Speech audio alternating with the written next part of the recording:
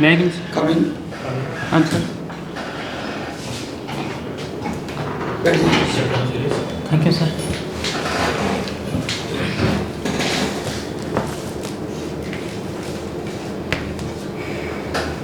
Tell me your address briefly. Firstly, your medium is Hindi आपका sir. medium? Hindi sir. Hindi. जी अब अपना परिचय दीजिए।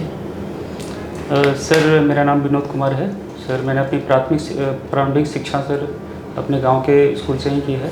मैंने अपना स्नातक प्रिया रानी रॉय डिग्री कॉलेज, जो बाबा भीमराव अंबेडकर विश्वविद्यालय के अंतर्गत आते हैं, 2008 में मैंने इतिहास विषय से किया है।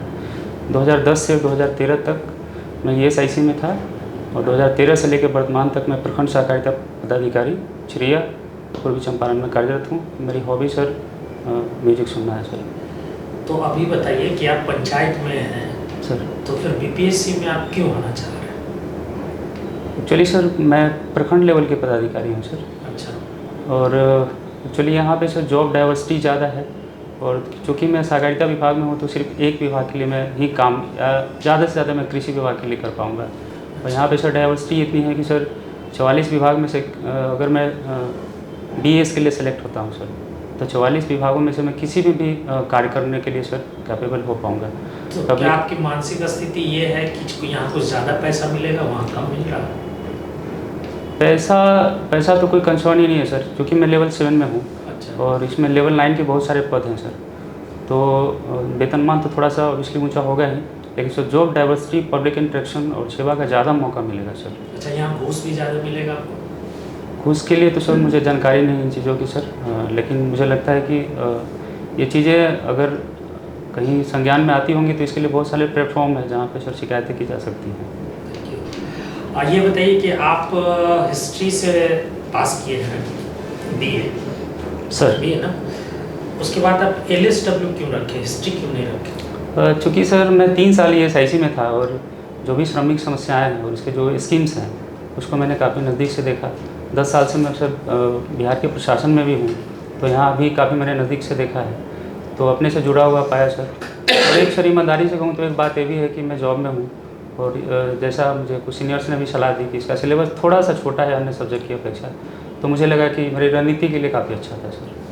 विनोद जी, एक बात और मुझे बताइए कि कोई बच्चा वो 8 वर्ष का है, उसके माँ बाप गरीब हैं सर, और वो अपने बच्चे को काम करने के लिए भेज दे रहे हैं किसी ढाबे पे या कहीं किसी क्षेत्र में जहाँ से उसको 2 पैसा अर्न हो जाएगा सर। तो इसको आप किस आधार से देखते हैं? ये अपराध है या फिर उसके घर की आय के लिए एक व्यवस्था है? सर कानूनतः तो सर ये अपराध है, लेकिन सर चूँकि उनकी मजबूरी है लेकिन वो भेज रहे हैं, तो ऐसे में सर प्रशासन की भी दायित्व है कि सर जो भी सरकारी योजना है लाभ उसको प्रॉपर मिले। हमारे प्रशासन की भी काफ़ी जिम्मेदारी बनती है, तो सर उनको मिलना चाहिए और जो गरीब हैं तो योजनाओं का लाभ मिलेगा और उनसे जागरूक किया जाएगा और शिक्षा के लिए सर जोर दिया जाएगा, तो वो शिक्षित भी करेंगे और जागरूक होंगे तो सर शिक्षा के प्रति उनका वो ज़्यादा होगा सर। विनोद जी, एक बात और बताइए कि हमारा क्षेत्र बिहार के बारे में कहा जाता है कि हम लोग लेबर प्रोड्यूसर हैं सर। लेबर पति प्रोड्यूस कर रहे हैं, आप हमसे ज़्यादा अच्छा समझ भी रहोगे क्योंकि पोस्ट पे हैं, तो इसको आप एक लाभ के रूप में देखते हैं या हानि के रूप में देखते हैं कि बिहार एक लेबर प्रोड्यूसर है? सर ये हमारे लिए अच्छी स्थिति हो सकती है, इसमें कुछ काम करने की ज़रूरत है सर। हमें लगता है कि सर अगर हम हमारे यहाँ सर जानने की जो लाभ है उसका फ़ायदा हमें मिलना चाहिए और इसके लिए सबसे पहले काम किया जा सकता है, वो स्किल को लेकर किया जा सकता है। अगर सर ये जो हमारा जनसंख्या है इसको अगर हम स्किल कर देते हैं सर तो इसके कई फ़ायदे होंगे, बहुत सारी सर गरीबी, बेरोज़गारी और भी जो सामाजिक लेवल पे जो समस्याएं हैं सर उसका त्वरित समाधान होगा। और जो हम एक लेबर प्रोड्यूसर मानते हैं तो सर अगर हम स्किल करके उसे भेजेंगे बाहर में सर तो अलग दृष्टिकोण, उसका अलग नज़रिए से लोग उसको देखेंगे। और हम स्किल यहाँ हो जाते हैं सर, हमारे लेबर यहाँ स्किल हो जाता है, तो सर हमारे यहाँ जैसे सर ढाका में ढाका मॉडल है बैग के लिए, मुजफ्फरपुर में सर टेक्सटाइल के लिए, चनपटिया में सर वस्त्र के लिए, जो भी बाहर से जो स्किल्ड लेबर आए हैं सर यहाँ पे इंडस्ट्री सर प्लांट कर रहे हैं सर, तो काफ़ी अच्छा मैसेज आ रहा है और भी उद्यमशीलता को बढ़ावा मिलेगा सर। तो आपने एक शब्द बोला डेमोग्राफिक डिवाइडेड, जननांकीय सर विभाजन, इसका बढ़िया से मुझे डिफिनेशन दीजिए, बताइए क्या होता है? सर जननांकीय लाभांश जो होता है सर एक मैं उदाहरण के तौर पे इसको समझा सकता हूँ सर। जैसे सर एक चाइना को मैं लूँगा, एक अफ्रीकन कंट्री को लूँगा सर। चाइना है सर 80 के दशक से ही उन्होंने सर स्किल के लिए काफ़ी जोर दिया, और वहाँ से जो बचपन में ही उसे बताया जाता है कि ये करना है या ये करना है, मतलब जो जिस फील्ड में जाना चाहते हैं उसके लिए उसको एक्सीलेंस दी जाती है। और जो वही अफ्रीकन कंट्री में सर कि वहाँ पे सर आधारभूत संरचना और इस तरह की चीज़ों का काफ़ी अभाव है सर, पॉलिटिकल विल पावर भी कमी है, जागरूकता की कमी है। तो उस तरह से जिस तरह से चाइना ले पाए हैं जनसंख्यीय लाभांश, उस तरह सर अफ्रीकन कंट्रीज है सर वो बिल्कुल भी नहीं ले पाए हैं। हम सर मध्यम स्थिति में है सर। एक बात और मुझे बताइए कि बिहार में बाढ़ और सुखाड़ जैसी समस्या होती है सर। अभी जिस समय आप बैठे हुए हैं वो बारिश का ही मौसम है सर, और शायद आपको यदि पता होगा तो बारिश अभी रिट्रीट कर रही है, पोजीशन में आ रही है रिट्रीट करने का। तो बाढ़ और सुखाड़ के मैनेजमेंट के लिए बिहार को क्या सुझाव देंगे आप?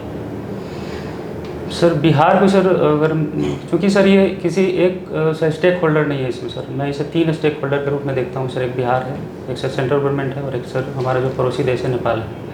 सर 2-3 समस्याएं जहाँ आ रही हैं, नदी में गाद की समस्याएं हैं सर। नेपाल के अंदर सर बारिश का जो पानी है उसको स्टॉक के लिए सर डैम का निर्माण नहीं होना है सर। तो ये सर, और बिहार में बहुत बड़ा कारण है बाढ़ का। तो सर जब भी सभी स्टेक होल्डर सर इसमें जब मिल बैठ के बात करेंगे सर और इसका रास्ता निकालेंगे, हालांकि कई स्तर से प्रयास किए जा चुके हैं जिसके सर सार्थक परिणाम निकले हैं।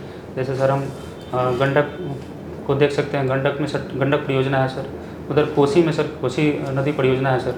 और हाल ही में सर सरकार के द्वारा इसके स्तर से प्रयास भी किए जा रहे हैं, जैसे कोसी में अच्छी लिंक से जोड़ने की बात की जा रही है सर।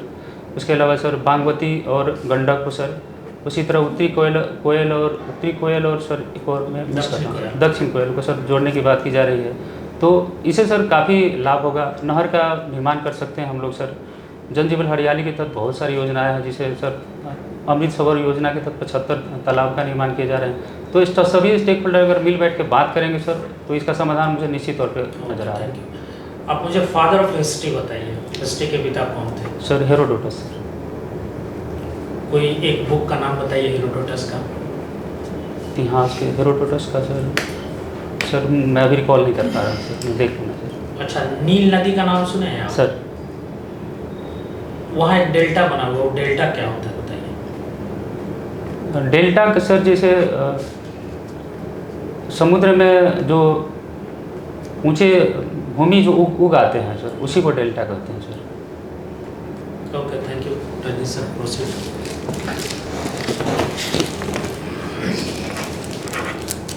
हिस्ट्री आपका ऑनर्स है सर। एक तुलनात्मक सवाल आपसे हम पूछ रहे हैं। सल्तनत काल के एक राजा की तुलना अगर नरेंद्र मोदी से करने, उनके कार्यों से करना हो तो किससे करेंगे आप? मुझे लगता है सर सल्तनत काल की तुलना सर नरेंद्र मोदी से नहीं की जा सकती है सर। बिल्कुल नहीं की जा सकती। काम से करना, नेचर से नहीं करना है। लोकतांत्रिक शासक है ये, जनता द्वारा चुने गए शासक है, बिल्कुल तुलना नहीं हो सकती। राजतंत्रात्मक शासन था, लेकिन कार्यों से तुलना करना है। कुछ ऐसे कार्य जो मोदी जी किए, और सल्तनत में भी सेम वही कार्य हुए, एक राजा ने किया। तो कोई एक राजा का नाम बताइए। सर अलाउद्दीन खिलजी की जो वित्त व्यवस्था थी सर, वो काफ़ी अच्छी थी सर। कोई काम बताइए सर जो कॉमन कार्य था, मोदी जी भी वैसा ही कार्य कुछ किए। आर्थिक सुधार के लिए सर नरेंद्र मोदी जी भी काफ़ी प्रयास कर रहे हैं सर। फिरोज शाह तुगलक से नहीं की जा सकती? की जा सकती है, उन्होंने नहर निर्माण और फिरोज शाह तुगलक ने 24 टैक्स को मिलाकर 4 टैक्स में बदल दिया। अभी जीएसटी आया, उसने भी नगरों का निर्माण करवाया 300, इन्होंने भी 100 करवाया। तो सर मैं 2-3 है ऐसे सर, अलाउद्दीन खिलजी को भी लिया जा सकता है। तुलना में कार्यों से करने आपको बोल रहा था। अच्छा, रैयतवाड़ी व्यवस्था क्या है? रैयतवाड़ी व्यवस्था के अंतर्गत सर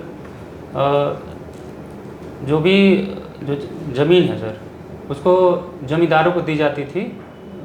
मतलब उसका जो टैक्स है, मतलब एक तरह का जो कर वसूलने के लिए खेती तो कराया जाता था वो जो किसान होते थे उनसे, लेकिन जिनके पास ज़मीन होती थी उनसे वो कर वसूल कर सर वो अंग्रेजों को दिया जाता था। टैक्स सिस्टम जो था ये रैयतवाड़ी में, वो जमींदार को दिया जाता था कि सीधे सरकार को? सर जमींदार के थ्रू सरकार के पास जाता था। कंफर्म है इस सर? कंफर्म है सर। स्थायी बंदोबस्त फिर क्या था? सर लगभग समानार्थी था, कुछ चीज़ें अंतर थी सर जिसको मैं सर अभी रिकॉल नहीं कर पा रहा। किस गवर्नर को स्वर्ग से उत्पन्न सेनानायक कहा जाता था? सॉरी सर मैं अभी ऐसा कोई बात नहीं है। विदत क्या है? विदत, हाँ, प्राचीन काल वैदिक काल में सुना होगा आपने कुछ संस्थाओं का नाम, सभा समिति और जी विदत। सर। विदत क्या है? सभा समिति के बारे में सर तो मैं पता है मुझे सर, लेकिन विदत के बारे अच्छा, में कोई बात नहीं। अच्छा ये बताइए, लेबर एंड सोशल वेलफेयर आपका विषय है। वेश्यावृत्ति की समस्या पूरे भारतवर्ष में है सर। अभी भी। बंगाल, उड़ीसा, जो पिछड़े क्षेत्र के जो लड़कियां हैं, उनको ज़बरदस्ती या किसी गलत तरीके से उनको इस पेशे में धकेल दिया जाता है सर। तो इससे निकलने का अपने तरफ से कुछ उपाय सुझाइए आप। सर इसके लिए तो सबसे पहले जो भी इसमें जो जा रहे हैं उनको सर जानकारी का अभाव है सर, और जो एक तरह का रैकेट है सर उसको प्रॉपर तरीके से सर तोड़ना जरूरी है सर। अच्छा, एक तो ये हो गया।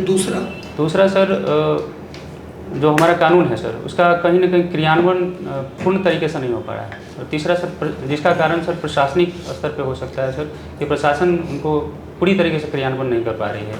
बिहार में महिलाओं की स्थिति काफ़ी सुधरी है सर, इस बात को आप मानते हैं? सर 100% सहमत हूँ मैं सर। ठीक है, तो बताइए मुझे कि अभी वर्तमान में और 3 समस्या बताइए मुझे क्रम से। समस्या का नाम सीधा बता दीजिए, एक्सप्लेन नहीं करना है कि अभी भी बना हुआ है महिलाओं के सामने बिहार में। सर पहली समस्या जो मैं देख रहा हूँ सर ड्रॉप आउट की समस्या है सर। अच्छा, स्कूल में सर। अच्छा। और दूसरी समस्या है सर जो हमारा जो समाज है कहीं ना कहीं विपरीतात्मक समाज है, तो वो लड़कियों को बढ़ने नहीं देती है और वो उसके एवज में सर मुखर नहीं हो पा रही है। हमें जागरूक करना पड़ेगा। तीसरा सर जो समस्या है उद्यमशीलता का जो अभाव है कि वे लोग मतलब क्योंकि वो बाहर नहीं निकल पाती हैं सर, तो इस तरह की कमियां हैं सर जिसको मुझे लगता है कि और कुछ करने की ज़रूरत है। यदि आपको डीएसपी बना दिया जाता है और आप सुनते हैं कि महिलाओं के साथ जो खासकर यौन अपराध होते हैं, उन अपराध को लेकर बहुत सारे केस दर्ज नहीं होते। कई महिलाएं इज्जत के डर से उनके परिवार वाले बाहर मैटर ना जाए इसलिए छोड़ देते हैं, अपराधी वैसे ही बच निकलते हैं। तो मामले दर्ज हो उसके लिए आप अगर कहीं डीएसपी लगे हैं, एसडीपीओ आपकी पुष्टि हुई है, तो बताइए मुझे कि आप वहाँ क्या करेंगे उस क्षेत्र में, जो क्षेत्र आपका है, कि महिलाएं अपना रिपोर्ट दर्ज कराएं। क्या ऐसा करेंगे आप जिससे केस आए आपके पास? सर मुझे जहाँ तक मैं देख पा रहा हूँ सर, मेरा जो तंत्र होगा जो जनप्रतिनिधियों के साथ और जो भी हमारा पंचायत में या प्रखंड गांव के लेवल पे जो हमारा तंत्र है सर, उससे मैं उसके सूचनाएं ग्रहण करूंगा और वहाँ से सर मोटिवेट करूंगा। उसमें सर मैं अन्य लोगों को भी शामिल कर सकता हूँ, जीविका दीदियाँ हो गई, आशा कार्यकर्ता हो गई। उनका पहचान जो कंप्लेन आया उसको हम बाहर नहीं होने दें। उनको तो मेन डर है इज्जत का कि भैया हमारा इज्जत बाहर चला जाएगा।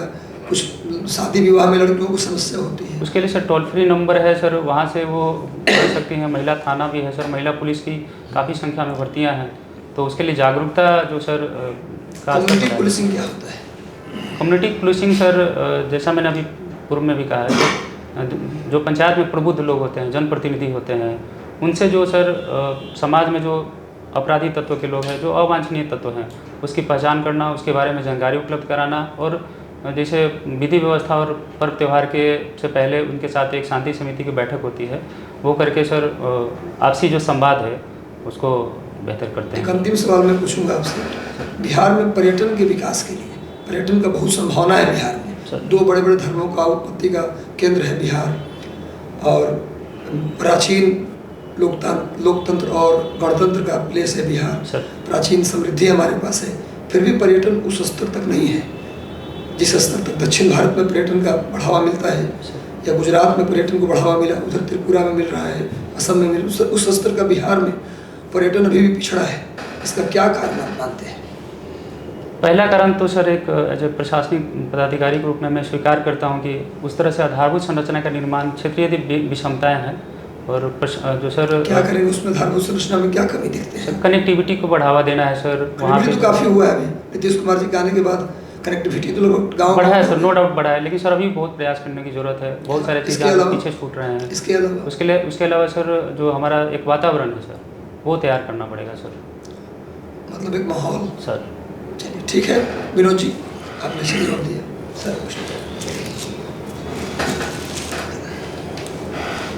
अभी आप कोऑपरेटिव डिपार्टमेंट में ना सर? अच्छा, मतलब कोऑपरेटिव सोसाइटी क्या होता है? कोऑपरेटिव सोसाइटी का मतलब सर सहकार्य अर्थात मिलकर कार्य करने से है सर।